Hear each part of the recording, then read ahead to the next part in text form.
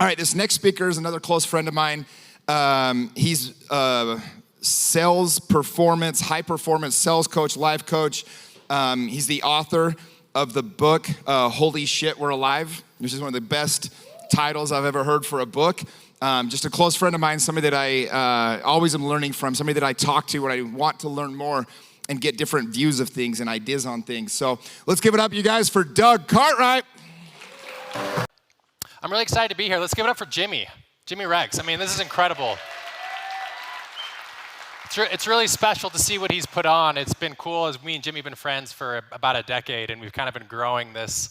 We kind of both have our masterminds. We're growing them at the same time, and we did the exercise when you put who do you compare yourself to, and I put Jimmy. It's always like watching what We Are the They's doing, and I'm like, oh, this is so cool. So I'm really happy to be here. I'm really grateful to have this opportunity. I'm really excited to share some insights I have along the way. I'll give you a little backstory about me. Funny story, just raise of hands. Has anyone seen me perform before? Anyone seen me talk? Okay, a couple people. So it won't resonate too much, but I've been speaking for like 3 years, and I had kind of the same PowerPoint that I kind of just made on my own. And at the end of one of my talks in the fall, someone came up to me and was like, hey, you got to get new material, man, like the PowerPoint. I've seen it 5 times. So I'm like, ah. So I have a good friend named Nikki. I live in Venice Beach, California. She has actually a really cool job. She creates like epic PowerPoints for companies that are fundraising. So pitch decks, they're incredible. So I'm like, hey, do you want to make my keynote speech? And she's like, I've never done one, so we'll do one. So I spent $5,000 on this PowerPoint, so hopefully it's worth it. Hopefully there's some things in here we're going to share. There's some cool graphics to share with you guys, so we're going to have a good time. So my name is Doug Cartwright. I'm the founder of Alchemy Sales Coaching. I'll dive into that. And what I want to do first, the title of my book is Holy Shit, We're Alive, and I'll get into that. But before we get into that, I just want to take a moment and just kind of share what's happening right now. And it's always been happening since you've been born, is literally as I speak, we're in this room, we're in Provo, Utah, we are on a giant rock, literally. I can't tell what city that is, but we are on this giant rock. We are hurling 60,000 miles an hour through space right now. As we speak, we're going 60,000 miles an hour, literally, ripping through the universe. And in our galaxy, right, here's some science class for you. In our galaxy, we have discovered roughly 100 billion other planets just in our galaxy. That's a number we can't even comprehend. Inside of our own Milky Way galaxy, there's 100 billion planets. We have discovered roughly 300 billion other stars. So the sun is our star. We all know the sun, right? That's one star in our galaxy. There are 300 billion other stars just inside the Milky Way. So for some context here, right? Our lives, we wake up in the morning, we're worried about who's texting us, what's going on in the stock market, how's our crypto meme stocks doing, and we get really into it. And we make ourselves the center of the universe. And what's really interesting is we can zoom out a little bit and actually just figure out what's going on in this moment. It gives us a new perspective. So going even deeper here. So this is planet Earth. We zoom out a little bit. That's how big Earth is in compared to the sun. That's one of the 300 billion stars in our galaxy. That's how big Earth is. So wherever you're sitting, just put your thumb up over your eyes where it covers the Earth. You have just erased every person who's ever existed, every piece of music that's ever been created, every piece of art, every conversation that's ever happened, every emotion that's ever been felt, every experience that's ever happened. You just erased it. Like that. That's how insignificant we are. Right? So here we are, Milky Way.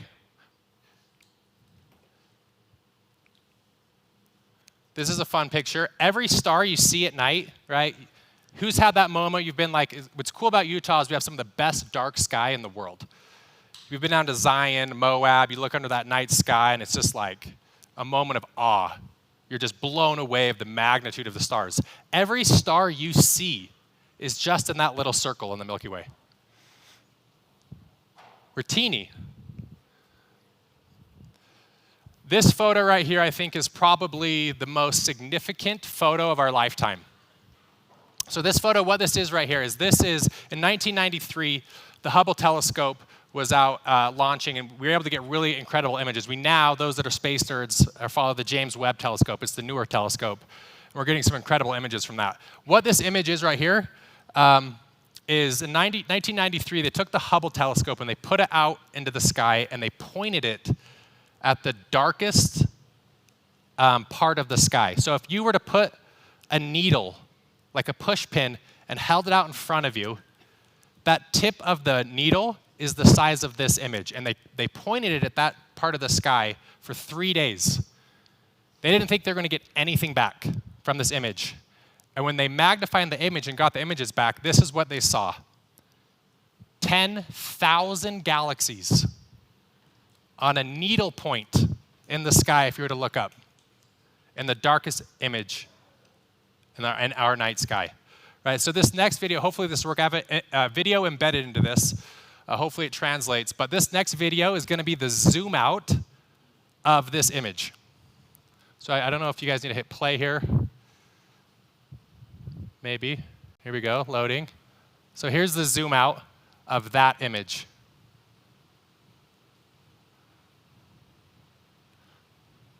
In that square right there, 10,000 galaxies. This is going to be your perspective from standing on Earth.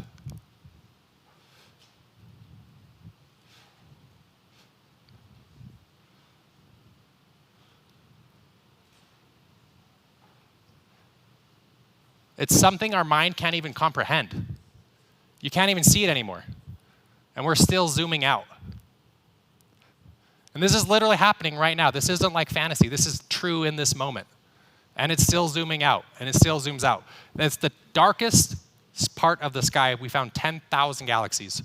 So, what does that mean?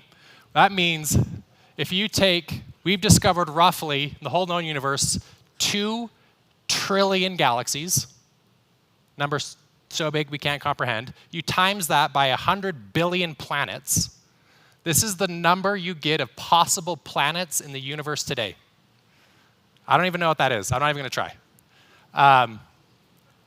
It's simply incomprehensible. So to give us just even like a slight reference, we're going to do this real quick. So if you know the answer to this, don't ruin it for the rest. But I know someone was talking about this yesterday, but 1 million seconds. Does anyone want to guess how long in a time 1 million seconds is?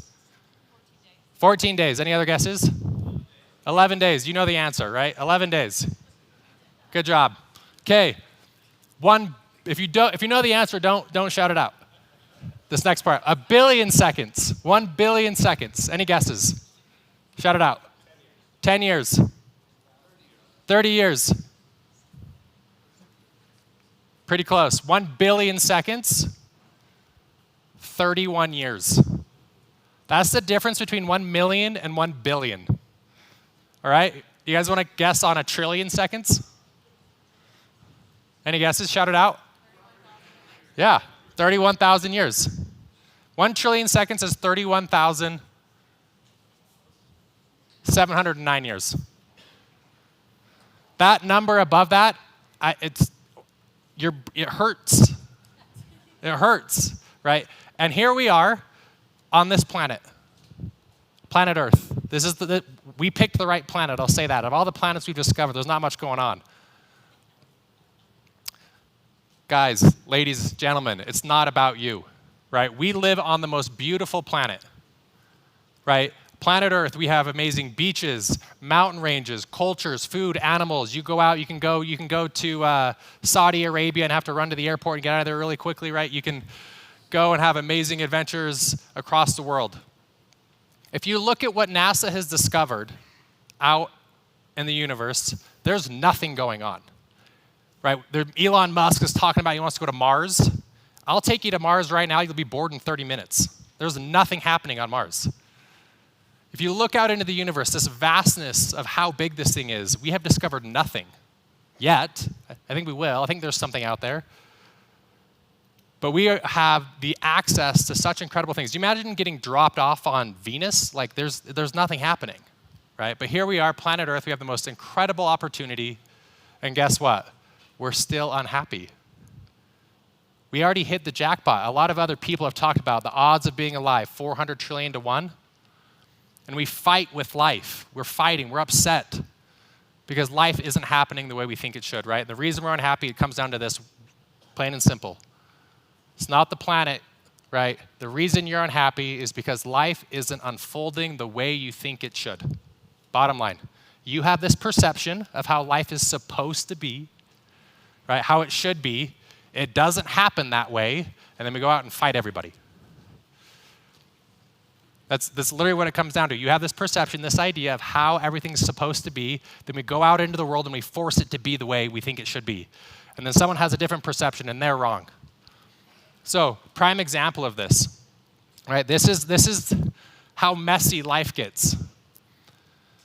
Not one person in your life has had the exact same experiences as you.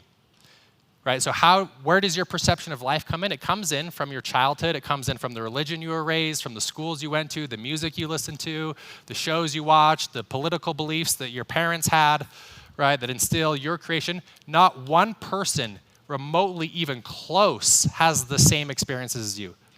Think of all the experiences you've had from when you were a little kid to now. Not even close. But that's what shapes your worldview of how life should be. So it gets really, really, really messy because we have 8 billion people. We just hit 8 billion in December for Earth population. We have 8 billion different points of view, and we have one arena, Earth. Oh man, it's gonna get wild. It's gonna get wild, right? And what's fascinating, and just pieces of advice, I didn't put this as a slide, but someone was talking to me, one of my mentors recently, and they said something that really changed my paradigm. And they said, if you understood every experience that a person has had in their life, the action that they take would make perfect sense.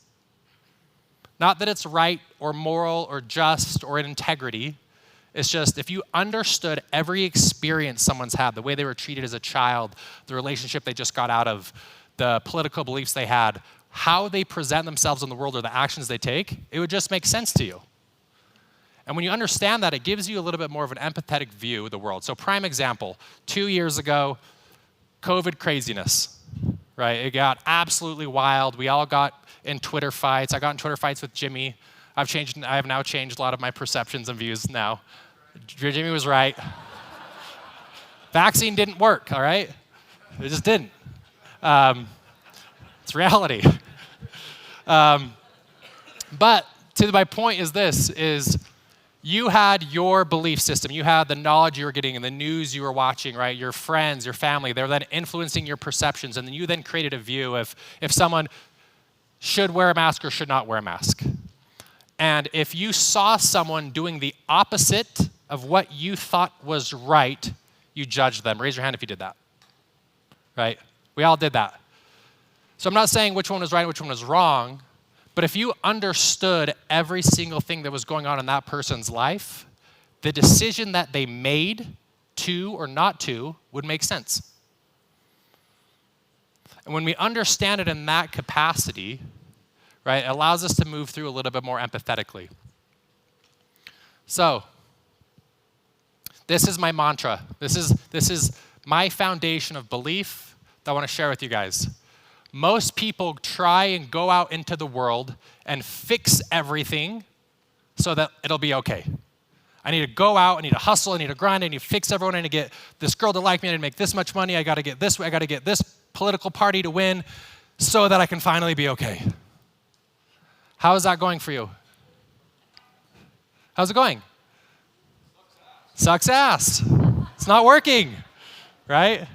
We go out, we try and get everything to be the way we think it should. And then we go home and we fight with our family. So this is the paradigm shift I want to share with you guys today. Don't fix everything that you'll be okay. Fix yourself so that no matter what happens, you'll be okay. This is the big shift here. The old way isn't working, right? We've tried it. Grind harder, hustle harder, force, manipulate, get everything to be the way we think it should. We've all realized that's not working. So, what's the alternative? We can try harder. Good luck. I'll see you next year. Or, fix yourself so that no matter what happens, you'll be okay. This is the ultimate goal here.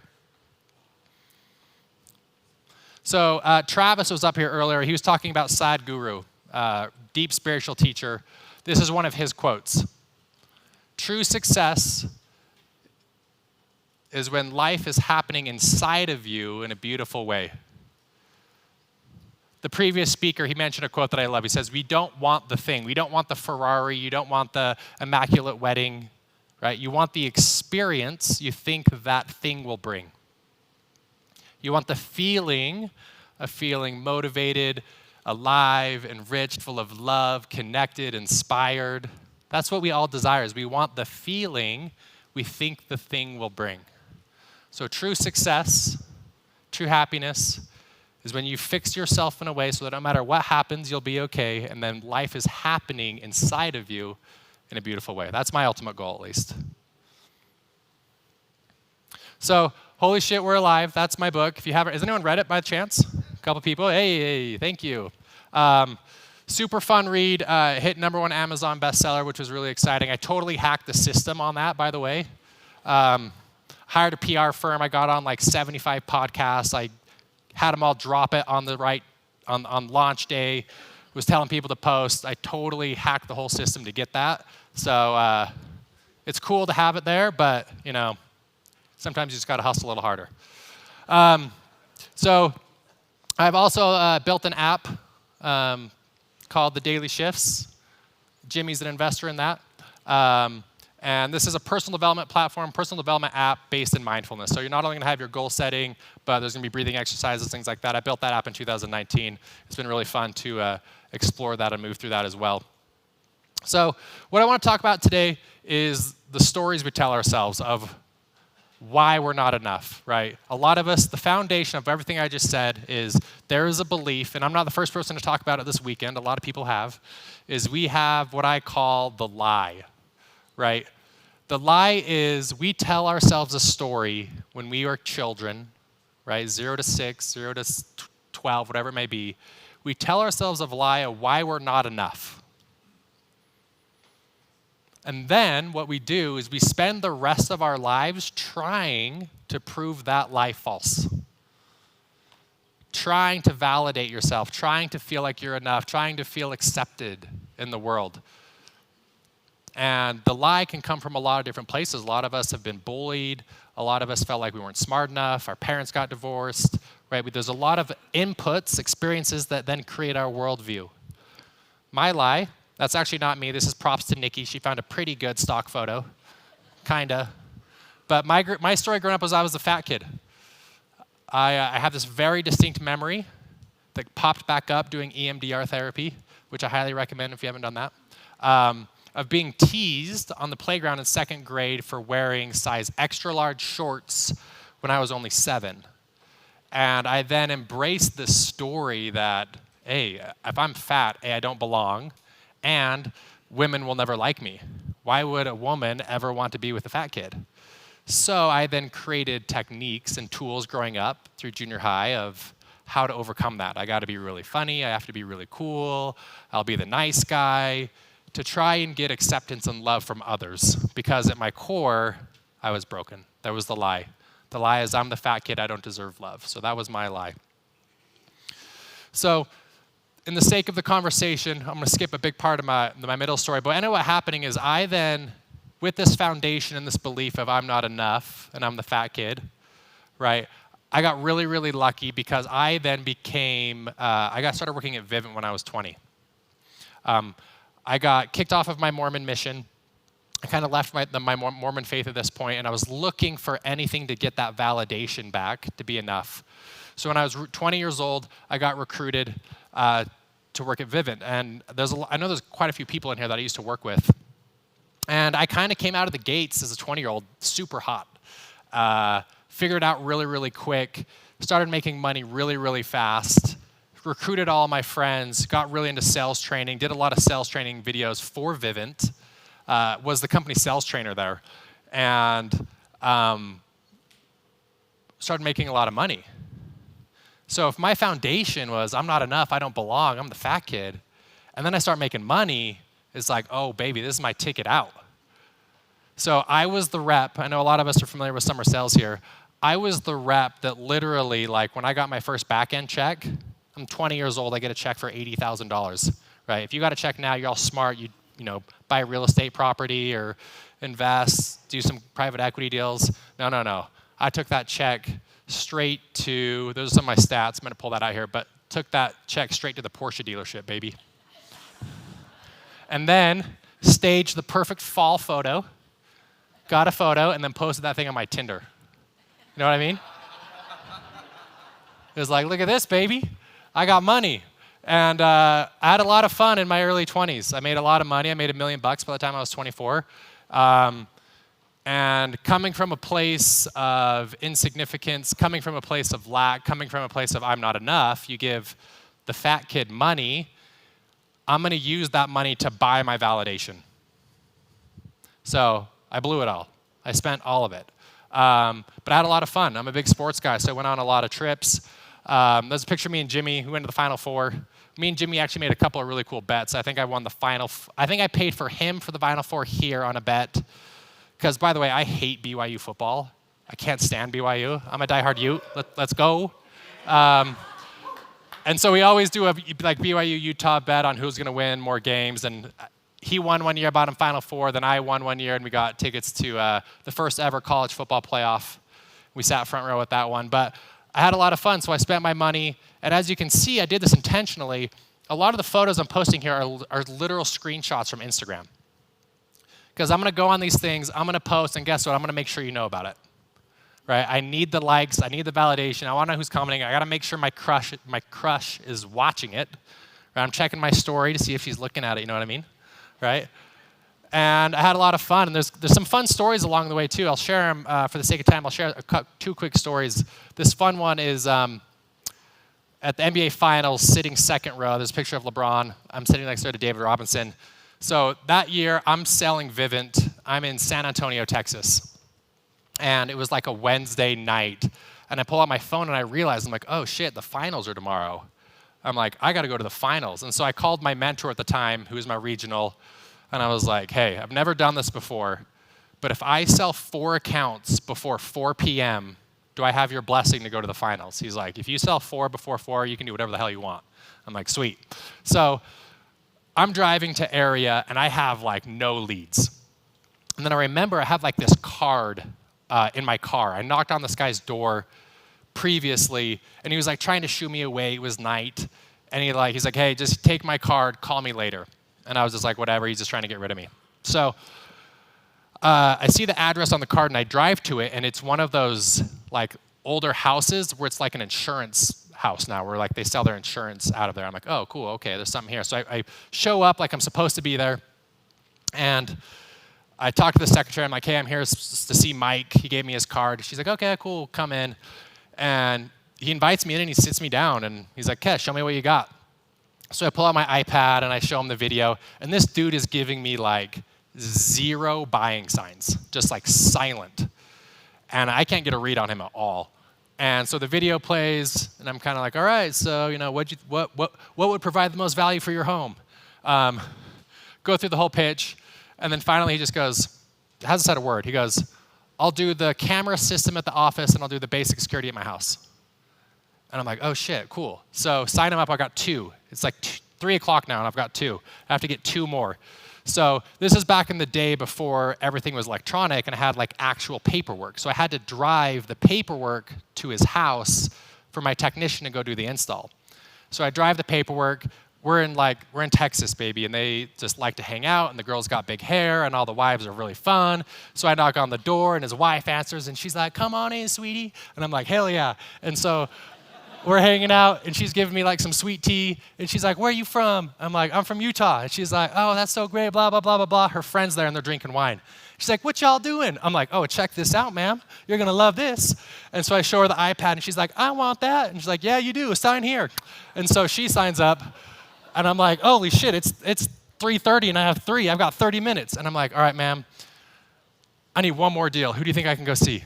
She's like, go see Nancy across the street. I'm like, all right, come with me. She's like, okay. And so ring the doorbell, pitch Nancy, lay down. This thing's getting installed. I'm at the dinner table. Husband walk in. Wow, like we're doing paperwork. And I'm like, oh shit. Like anyone that knows sales knows that when you're closing the deal and you're at the dinner table and the husband walk in, you pucker up. You're like, oh shit, this could go one or two ways. And so he walks in, turns out to be the coolest dude. And he's talking about it. And I'm like, hey, sir, do you mind if I share like a quick win with you? And he's like, yeah. I'm like, I made this goal that if I sold 4 accounts by 4, I was going to go to the NBA Finals. And he's like, well, do you need an extra ticket? And I'm like, no way. And he's like, yeah, my buddy's selling a second row ticket. And I'm like, boom, mine. Spent $2,000, bought a second row ticket. And as you can see, that's a picture with me with David Robinson, who's an NBA Hall of Famer. I'm literally in my Vivint gear. I went straight from the doors to the fan files. I had to take my badge off when I went through security. So that was a super fun one. And of course, I'm posting about this. And while this is like a fun story and it's great, you got to keep in mind, like the pit is I'm not enough and I have to prove myself. And so what happened is where the peak of this happened is I then fell in like this trap of feeling like I had to go to every sporting event because I had to like show my Instagram followers that I was cool. And I wanted the cute girls that followed me to know that I live a fun life so that they'll accept me. And the peak of the whole thing went down was actually in Phoenix, where the Super Bowl is tomorrow. It was the Seahawks-Patriots Super Bowl. Remember when the Seahawks threw the interception at the one? Cool. So I go down to Phoenix. I haven't bought a ticket to this game yet. And for whatever reason, there was like this crazy supply and demand issue with tickets that year. And, you know, like, for example, this Super Bowl, the Seahawks-Broncos, where the Seahawks just destroyed them, that's a second row Super Bowl ticket. I bought that the morning of for like $1,000. So if you wait really, really close to the game till it starts, the prices plummet. And so for whatever reason, there's this crazy supply and demand issue for the Seahawks-Patriots one, and prices just went through the roof. They were like, just to get into the stadium, it was like $5,000. And I'm like, I'm not gonna go to the Super Bowl and sit last row for $5,000. So I'm like hitting up all my friends. I'm getting on Facebook. I'm like, anyone have hookups for the Super Bowl? I'm trying to get in.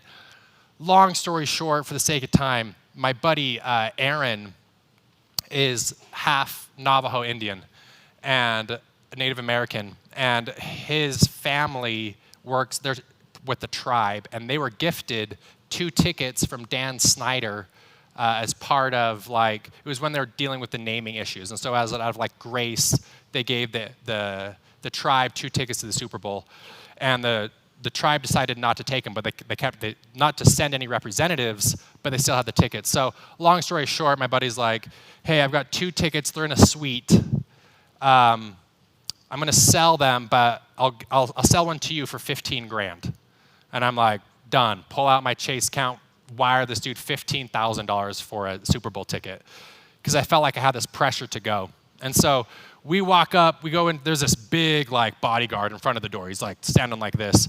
And we like walk in all cool, and we're like, hey, here's our tickets to the suite. And the guy's like, you're not coming in here. And I'm like, yeah, these are my seats. He's like, I don't care if your seats are in here. You're not coming in here. My buddy like leans in over me, and he's like, we're here representing the Navajo tribe. And he's like, oh, yes, come on in. What do you guys need? Anything you guys need? Like, here's some ribs and a drink. Let me know what you guys want. And I'm like, damn straight. And I walk in, and I sit down in my seat, and I cozy up, and I look over my shoulder, and Kevin Durant sitting directly behind me. So, if you were to meet Kevin Durant in this experience, right, the first thing I did is, you're seeing it, right? I pull out my phone, and guess what I did? And then what did I do with this photo? Posted that sucker, right? So I post this photo, and the rest of the game, one of the best Super Bowls of all time, where was my attention? Who's liking it? Does everyone see? I was elated. I'm like, this is the coolest Instagram moment of my life. And missed one of the greatest Super Bowls of all time. I remember the last play because we stood up and I put my arm around Kevin Durant and we were jumping around. But I missed the whole game because I was so focused on my reputation. I'm trying to get this validation. And so I was spending all of my money seeking validation, seeking fame, seeking approval from others, especially women. And so as I was like traveling the world a lot and seeking this attention, I would meet people every now and then who were like full of love and enthusiasm and joy, and they were just magnets of happiness. Raise your hand if you know someone like that. Just like always beaming. And I would run into these people, like whether it's at an airport or a hotel, and I'm like, what the hell do you know that I don't? Like, I'm doing the checklist. Look, I have this much money, and I'm, at the time too, I went on a couple of dates with runner-up Miss USA. Shook second, Morgan Woolard, Oklahoma, broke my heart, but that's another story. So I'm like dating runner-up Miss USA. I'm traveling the world. I'm going to sporting events. I'm making money. I've got the things, but like I felt like a piece of shit. And I would meet these people. I'm like, how do you feel happy? How are you doing this? Teach me. And I really realized at this time I was just a total victim to what I call the success void, right? And the success void is pretty simple. It's when my resume of life looks really, really good, but there's still the deep void, right? Success void. And so I'm like, this point in my life, I'm lost. I don't know where to go. I'm very unfulfilled in my career at Vivint at the time. And so I realized it was time to look a different way. You know, Dr. Carl Jung is one of my favorite. And he has this quote that says, until you make the unconscious conscious, it will direct your life and you'll call it fate. And what that means is until you address the lie, until you address the stories that you're telling yourself, they will bleed in and affect every decision you make and you won't even realize it. And I was a victim of that. And so I realized I've got some work to do. And at that point in my life, my career wasn't as fulfilling. The faith that I was raised in wasn't fulfilling. And so I needed to look a different direction. And really the foundation of it was this, is you can't fix an internal problem with something external. I had a deep internal problem, and I was trying to fix it with something external. So, whoever read my book knows that June 10th, 2017 happened. And I started to look into the woo-woo. I will say this, right? I'm not woo-woo. I'm just one woo, right? Just one woo. There's like woo-woo. There's like fucking woo-woo. It's not me. I'm like right here, woo. And so I started to look in other modalities, and meditation, yoga, mindfulness started coming up. And I'm like, started dabbling in there. And then people started talking about plant medicine, and I'm like, what? And this is back in the day. I actually remember after my first experience, I actually had a conversation with Jimmy. This was in June 2017. We were at Aubergine in Sugar House. And I told him, if you want the whole story, read the book. I don't have time to go through the whole story. But I tell him after my first experience. And Jimmy's looking at me like, dude, this dude's fucking crazy. Do I need to call someone? Do you need help? Like, do we got you into rehab? That was in 2017. So it's really cool to see the evolution. So 2017 happens, follow the white rabbit. This is my only tattoo. This is like one of my main themes. I have a tattoo on my shoulder, just like from the movie of the white rabbit. Because I started following the clues of the universe. The universe will give you clues, I promise. The universe responds to effort. And if you put in the effort to do the work to heal yourself, the opportunities will present themselves. So I started following the white rabbit. And everything weird you can think of, I went and did. I took 2 years off, 2017 to 2019, about 2.5 years, and I did like woo, woo, woo, woo, woo, like crazy shit. Like, you know, if you go to Burning Man, stay away from the Orgy Dome. So, true story. Story for another time. That's for the after party. So everyone, like you see like this, I went to Bali, I did the meditation, I did the yoga, I did the mindfulness, I did the breath work, I did the ayahuasca, to kind of figure out how to fix this thing that wasn't working right inside. And, there was a really powerful experience I had that my perception of it was like, oh, cool, I feel like I got through the other side of the veil and Christian terminology, and was able to really understand that these stories that I was holding on to of the fat kid and that I'm not enough were really holding me back. But where the big learning came is all of these things were really impactful, but where the massive learning came from was through heartbreak. So raise your hand if you've had a devastating romantic connection end, just crushed you. You feel like you'd never be the same again. Yeah, this is where I learned the most. So along this journey, I met this girl, I actually reconnected with a best friend of 10 years, and we kind of had like our spiritual awakening together and had this like enlightening moment where our souls connected. And you hear the phrase, oh, you'll know you found your person because you'll just know. You'll know when you know. And I remember having this moment like, oh, I get it now. Like I have that connection. This is amazing. It's going to be incredible. And we're doing our spiritual awakening together, and it's all amazing. And then in my head, I had married her and had multiple kids and living that life. And we had the whole fence. We had the whole thing squared away. It was good. We were good to go. And then I got a phone call from her one time out of the blue. I was actually doing a Vivint training in Alabama. And I'll never forget, answered the phone, and she just said, hey, my soul is telling me we are not supposed to be in a romantic relationship anymore. And I was crushed, devastated. And so really this was the greatest lesson. And so pay attention to the slide here because Nikki was really, really excited to add this animation in. So ready? Boom. We broke up. Crushed me. And on this journey, I'll never forget, I had to go out and sell one more summer at Viv, and I was in Arkansas, and I was just completely depressed. I understood depression and anxiety for the first time in my life. And my therapist at the time, I was doing Zooms with my therapist, and she said, hey, I want you to take the day off. You're having a rough day. Take the day off, go out into nature, and I want you to write Lauren a letter. Don't send it to her, but just like write her a letter to move through your emotions. And beautiful day, I go into the wilderness and write her this letter, and I'm like, oh, babe, I miss you so much. Come back, blah, blah, blah, blah, blah. And then as I really got into it, I had this epiphany. I'm like, oh, shit. The problem isn't that Lauren doesn't love me. The problem is that I don't love myself. And it was like one of those moments where my life was never the same. I'm like, oh, cool. Well, I guess I got to get to work. And if it's going to happen, it's going to be up to me. So this began my journey of self-love. And when we dive into this, I'll share some quick pillars with you here. But when you love yourself, everything in your life gets significantly better. You literally, I can't emphasize this enough, true self-love, like true radical self-love and acceptance, that true level, it's like living on a new planet. It's an entire different experience.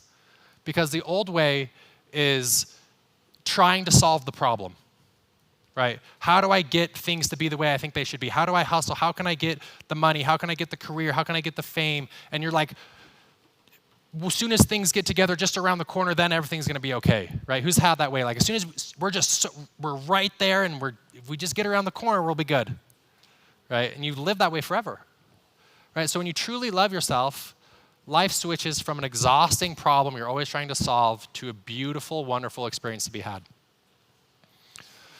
And so I'm going to skip this because of time. That's from Stut's great documentary. So I'm going to dive into the 4 pillars, right, of a truly fulfilled self-love life.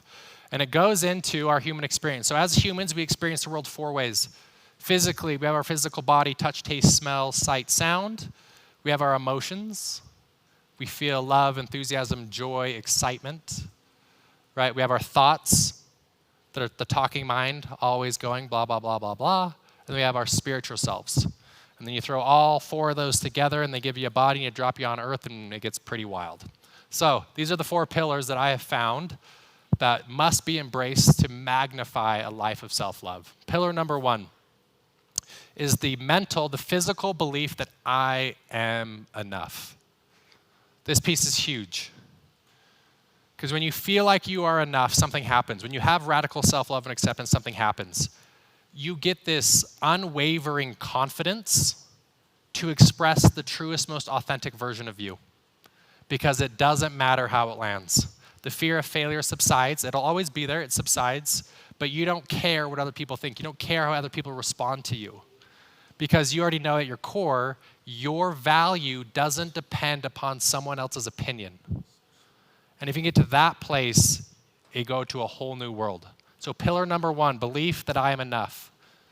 Pillar number 2, physical. You gotta do the work. You gotta do the work. Right? No one can do the push-ups for you. How many times do you want to get back in shape and you get the gym membership and you get all the new clothes and you buy the new protein powder, right? And you go to the gym for 4 or 5 days, maybe 2 or 3 weeks, but by week 4, the 6 a.m. alarm clock is just too early. We stop going, right? You got to do the work. There's no substitute for hard work. I feel like truly there's only one secret in life, truly only one secret, and it's this, is that there is absolutely no shortcut. The sooner you can swallow the hard pill that there is no shortcut, the sooner you'll be successful and fulfilled and happy. When's the best time to plant a tree? 10 years ago. When's the second best time to plant a tree? Today. You cannot skip steps, right? Pillar number 3. This one's difficult for a lot of people, but it's surrender. Surrender is tough. And I will say this, surrender does not mean quitting, does not mean giving up, it does not mean throwing in the white flag. Surrender means accepting the moment exactly how it is. Here's a prime example. Being okay with what happens. In 2011, I lost my dad to colon cancer. We were best friends. He was my coach in my Little League sports. He was my mentor. He was my idol. He was my hero. It was shocking. It was devastating. It crushed me. It's one of those things you're like, it'll never happen to me. And it did. And I did not deal with his death for 8 years after it happened. I wouldn't talk about it. Right? We all have that topic at the dinner table. We don't talk about that subject in front of your father. Right? We have that thing we don't talk about. That is prime resistance. I didn't want to talk about my dad's death. I didn't want it to be true. And it was like I was carrying a backpack full of rocks my whole life. So I finally surrendered to the moment. I surrendered to the life that's actually happening. I dealt with it. I did the trauma healing. I did the therapy. And it was like someone came up behind me, took some scissors, snapped off a backpack that I was wearing that weighed 200 pounds. And I'm like, oh my gosh, I can breathe. Right? So surrender means live the life that's actually happening rather than fighting for the life you think you're supposed to be living. Participate in the moment that's happening in front of you. Right? Too often not, we resist, we fight, we try and get it to be the way we think it should be. So step number 3 is surrender. Step number 4, the natural expression of our emotions, love, the natural expression of love is service. When we are fully embodied in service, fully embodied in love, we are going to raise those around us. So these are the 4 pillars. And what's interesting about these 4 pillars is that they're never completed. And they work, I'm going to skip this for time, but they work like this. So this is a prime example. Does anyone know the story of Shackleton? Right, so Shackleton, this is early 1900s, has this mission where they need to go to Antarctica. It's basically a death sentence, right, this mission. And so what happens is he recruits this tribe to go down to, he's one of the best leaders of all time. If you're into leadership, research Shackleton. He takes this group down to Antarctica. And as they're on this, like basically a death mission to Antarctica, it gets so cold that their boat freezes in the ocean. And it was frozen for months in the water. So they had to then unpack their boat and hike all of their supplies to the mainland. The issue was they had more supplies than people. So what they had to do is they had to unpack everything, take half of the supplies, walk that 2 miles, then go back 2 miles, get the other supplies, walk that 4 miles, then go back 2 to get the other half, and then carry that 4 miles. So it was a back and forth game. And this is exactly how the pillars work. You might be feeling you're enough. You might be surrendered to the universe. You might be serving others, but you're not doing the work. Or you might be doing the hustle, the grind. You might be serving others, but at the core, your foundation, your belief is that you're not enough. So this is how this thing works, right? And what's so beautiful about life, this is so beautiful. You're never going to complete it. You're never going to complete this. It's a lifelong mission. And that's what makes life so beautiful and should give you a sense of ease and relaxation, is that you're never going to get there. So how do you fully participate in the moment that's happening, knowing that there's no destination? You're always going to be having to work on one of these 4 pillars. Oh, these are supposed to be taken out. This is for another lecture if you come to mine. Seriously, so you guys are aware, when I speak, I can go for like 3 hours. I'm not sure how these got in here, but these were not supposed to be in here. Sorry about this. Because I want to share this one last slide. So this is one of my ways of thinking. So this is kind of the old way of thinking. Right? This is how most of us are taught. We're taught this: do, have, be. What does that mean? It says we are taught that if we do the thing, do the hustle, do the grind, do the push-ups, do the investing, do the real estate course, then we will have the toys, the house, the hot partner, the money, the status, the Instagram followers. So if we do the work and then have the things, then we will be what? Happy. This is what we're taught. This is what society teaches. This is how majority of people live their life, and we never get there. So back to the beginning of the conversation. How do we fix ourselves in a way? Here's the key. All we do is this. This is a cool animation too. Props to Nikki. We just take that be and we put it in the beginning. Be fulfilled. Be happy. Be aligned. Be full of love. Be full of enthusiasm. Then go do the work. There's no substitute for the hard work. I promise you, if you take Gabby Bernstein's manifestation course, you can't sit home and meditate and $1 million isn't going to show up. Love Gabby, right? But manifestation is effort, it's hustle, it's grind, right? It's doing the work, coming from a place of being. And if you do the work, coming from a place of being, you can have whatever you want. Just like T.I. says, because baby, you can have whatever you like. What happened to T.I., by the way? That just came to my mind. That was Wing It. Didn't I go to jail or something? Maybe we should be singing about T.I.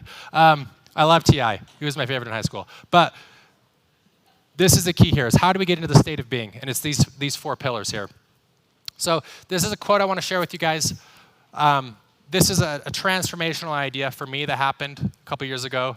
It's this: accepting the present moment exactly how it is without wanting anything to be different. Powerful. How many times have we been in a conversation with someone and we wish we were talking to someone else at the party? Right?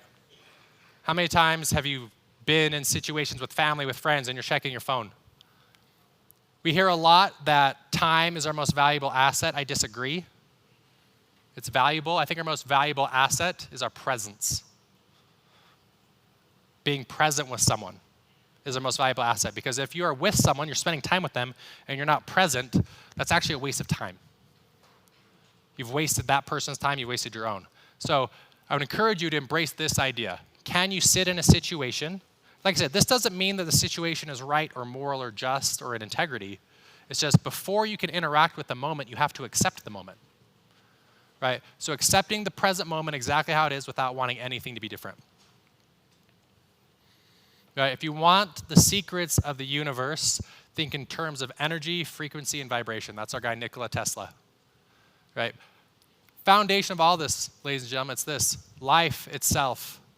Right? I don't know how these got in here. Is a transfer of energy. Life is a transfer of energy. It's all it is.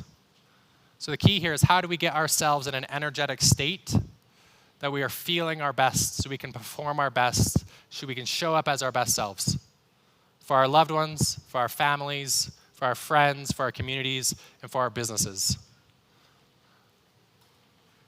So what happens when we live this life, and this is a quick little share on me, where I've turned into is, I now own a sales consulting business, mostly with door-to-door sales reps, because this foundation was true for me. I did not have a sales problem. I was actually really good at Vivint. I was one of the top performers there.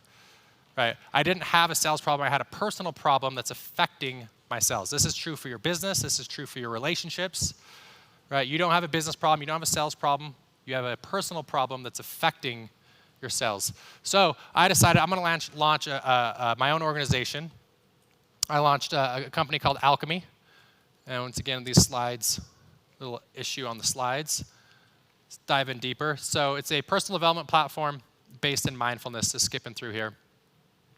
Alchemy Sales Coaching. So the reason I share this isn't a sales pitch. It's to show that this is what's possible when you learn to truly love yourself and become the best version of yourself.